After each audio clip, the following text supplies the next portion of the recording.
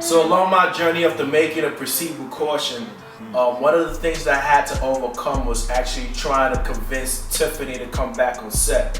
Now, I don't know if you remember Tiffany, but Tiffany was one of the actresses that played Corey's wife in the film Proceed with Caution. There were several reasons why I didn't make it back on set. It wasn't just like one isolated incident that had occurred and I was like, okay, I don't want to be a part of Proceed with Caution anymore.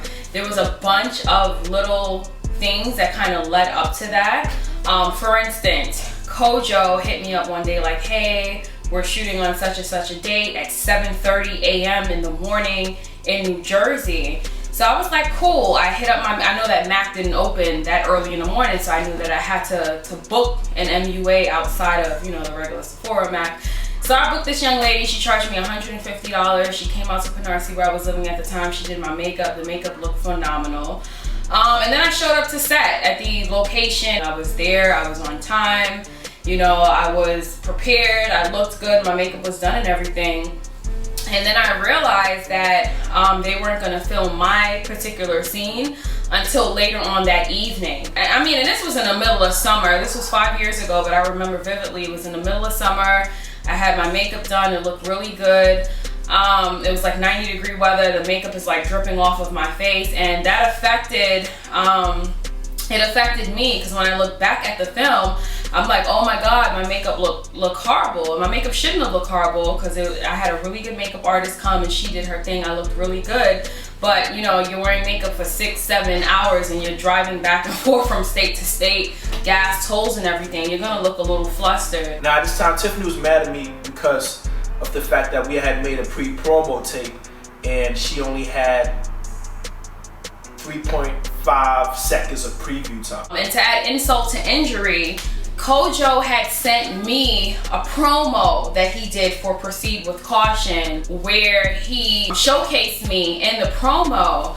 But to be honest, it was like a 3-minute showcasing of a promo, and I was in it for maybe 5 seconds, maybe at most. And I was the main character, not to toot my own horn, but I played his wife in the movie. I had a significant role in the movie, and not to give too much information out about the film, but I put some money on his head and some crazy stuff ended up happening to Kojo, but you're gonna have to watch the whole film to see what ended up happening to him. But I played a significant role in that film, and to have a 3-minute promo where I'm only casted in it for 5 seconds, I thought that was a slap in the face. I didn't know if I was in the right skin tone, maybe the right complexion. His mistress happened to be a very pretty, and this is no disrespect to her, I'm not taking jabs at her, but she was Hispanic, a very pretty young lady, and she played his side chick. I played the wife, and I had a main role, and I felt like she was casted more in the promo than I was. Maybe I wasn't showcased enough because I didn't have the right look per se, but it really rubbed me the wrong way. And I'm all about dignity, maintaining a certain level of dignity, and I just didn't like the way Kojo was moving. So I hit him up one day and I was like, you know what, I don't think this is for me. I don't think I want to be a part of this film. That actually led me to a very depressed state. So I remember one night I was talking to my mother and I actually explained to her the situation that was going on. And she said to me, why don't you just pray about it? I was like, yeah, I don't know why I didn't think about that.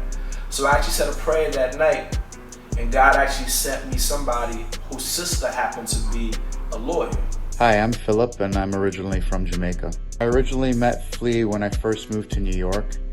Before actually securing my first residence, I rented a short-term apartment from him at one of his properties. So after first meeting Flea, we sat down and got to know each other.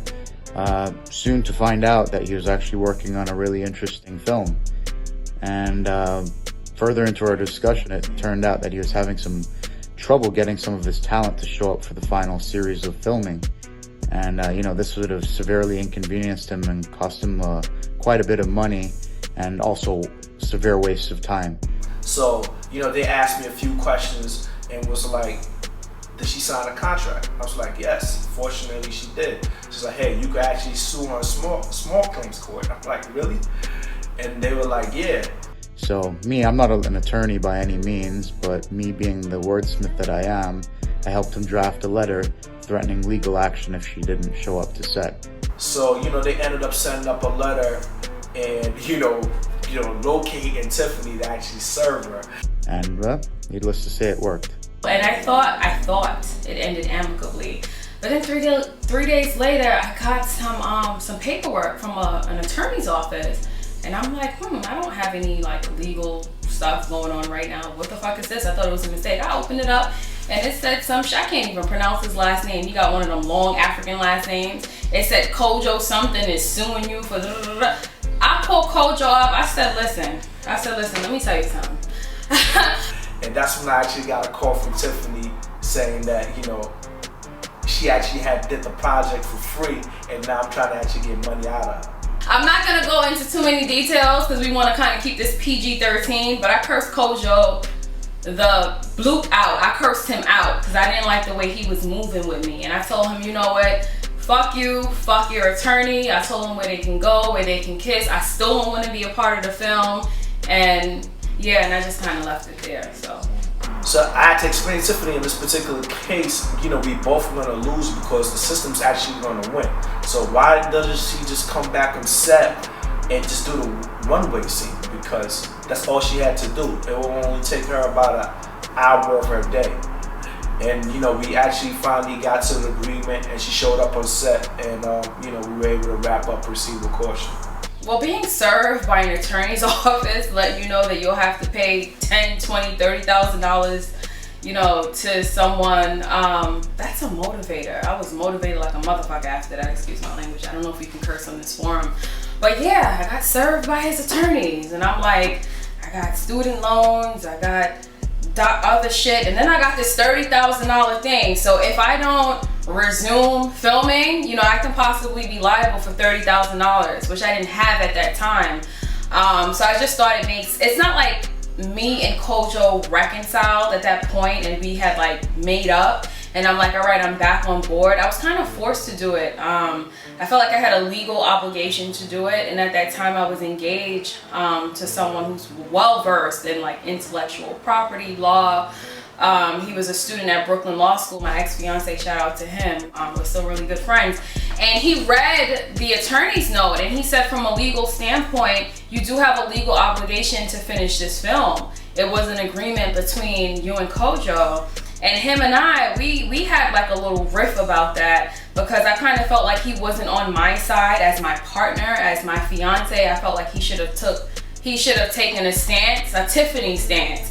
But he went the legal route and he was like, well, legally you do have to finish that film because you did sign a legal document stating that you'll be on the film from start to finish. So it wasn't because Kojo and I had reconciled or we kissed and made up or anything. It wasn't like that. To keep it a buck with you, I really just did it because I felt like, I just didn't want to be sued.